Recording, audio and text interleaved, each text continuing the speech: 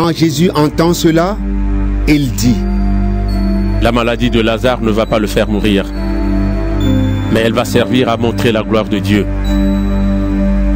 Ainsi, elle donnera de la gloire au Fils de Dieu. Jésus aime Marthe et sa sœur et Lazare. Il apprend que Lazare est malade. Et pourtant, pendant 2 jours, Jésus reste là où il est.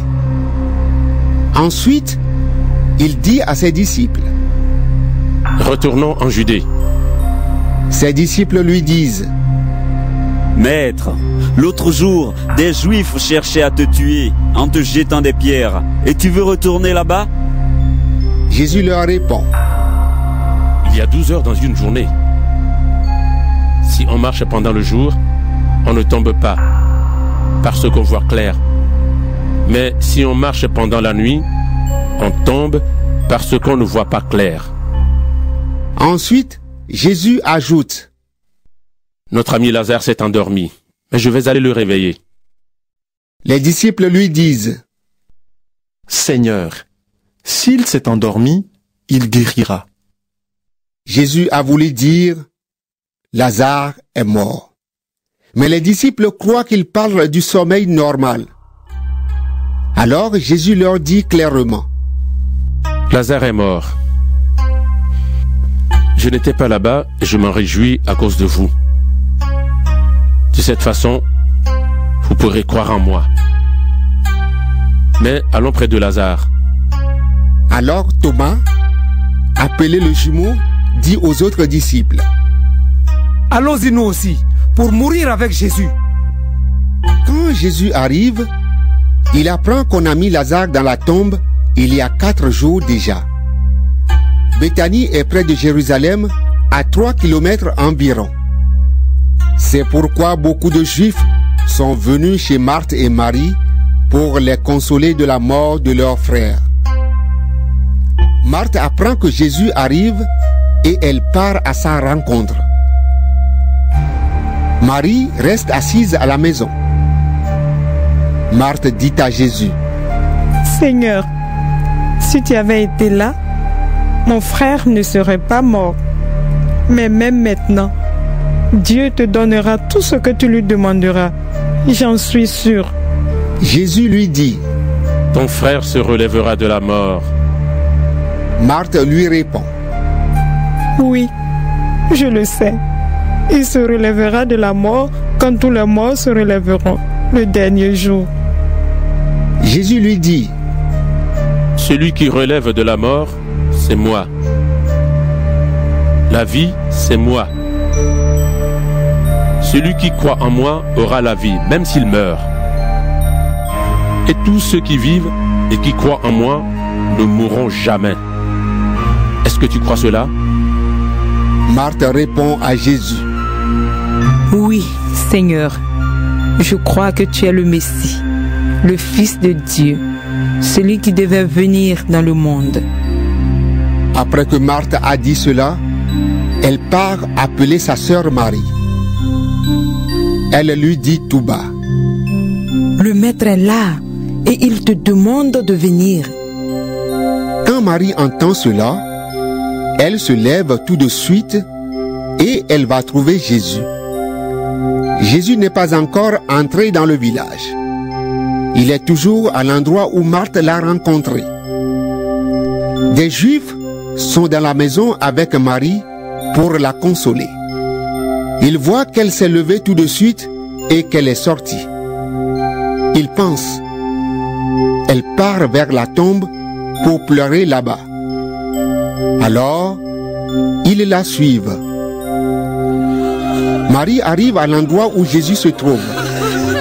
Quand elle le voit, elle se jette à ses pieds et lui dit: Seigneur, si tu avais été là, mon frère ne serait pas mort. Jésus voit qu'elle pleure. Les Juifs qui sont venus avec elle pleurent aussi. Alors Jésus est bouleversé et troublé. Il demande: Où est-ce que vous l'avez mis? Ils lui répondent: Seigneur, viens et tu verras. Jésus se met à pleurer. Les Juifs disent: regardez, il aimait beaucoup Lazare. Mais d'autres disent: il a ouvert les yeux de l'aveugle et il n'a pas pu empêcher Lazare de mourir. De nouveau, Jésus est bouleversé et il part vers la tombe.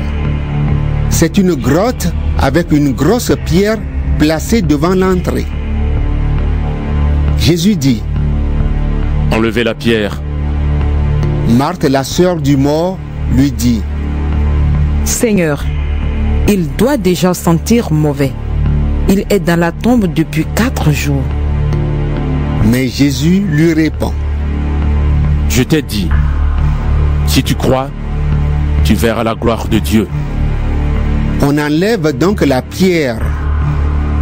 Jésus lève les yeux vers le ciel et il dit: Père, je te dis merci parce que tu m'as écouté. Tu m'écoutes toujours, je le sais. Et je dis cela à cause des gens qui sont autour de moi. Ainsi, ils pourront croire que tu m'as envoyé.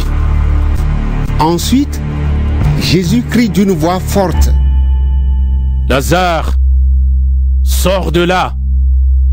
Et Lazare sort, lui qui était mort. Il a les pieds et les mains attachés avec des bandes de tissu. Son visage est enveloppé dans un linge. Jésus dit aux gens: enlevez-lui tout cela et laissez-le partir. Beaucoup de Juifs sont allés chez Marie et ils ont vu ce que Jésus a fait. Ils se mettent à croire en lui.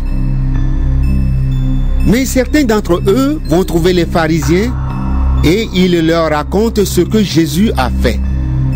Alors les chefs des prêtres et les pharisiens réunissent le tribunal religieux et ils disent: cet homme fait beaucoup de signes étonnants. Qu'est-ce que nous allons faire? Si nous le laissons continuer, tout le monde va croire en lui. Ensuite, les Romains vont agir. Ils vont détruire notre temple et notre nation. L'un des chefs juifs, nommé Caïphe, est grand prêtre cette année-là. Il leur dit: vous n'y comprenez rien. Réfléchissez donc. Pour vous, il vaut mieux qu'un seul homme meure pour le peuple. De cette façon, la nation entière ne sera pas détruite. Les paroles de Caïphe ne viennent pas de lui-même. En effet, cette année-là, c'est lui qui est grand prêtre et il parle comme un prophète. Il annonce que Jésus doit mourir pour la nation juive. Il doit mourir non seulement pour cette nation, mais aussi pour rassembler en un seul peuple les enfants de Dieu qui sont de tous les côtés. À partir de ce jour-là, les chefs décident de faire mourir Jésus. C'est pourquoi ils cessent d'aller et venir en public parmi le peuple.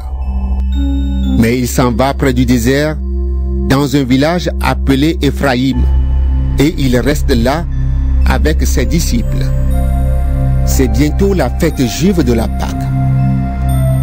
Beaucoup de gens quittent leur région et ils vont à Jérusalem avant la fête pour se rendre purs. Ils sont dans le temple et ils cherchent Jésus. Ils se disent les uns aux autres: qu'est-ce que vous en pensez? Jésus ne viendra sûrement pas à la fête. Les chefs des prêtres et les pharisiens ont donné cet ordre: si quelqu'un sait où se trouve Jésus, il doit venir le dire. Alors, on arrêtera Jésus. This is my desire to honor you, Lord, with all my heart I worship you.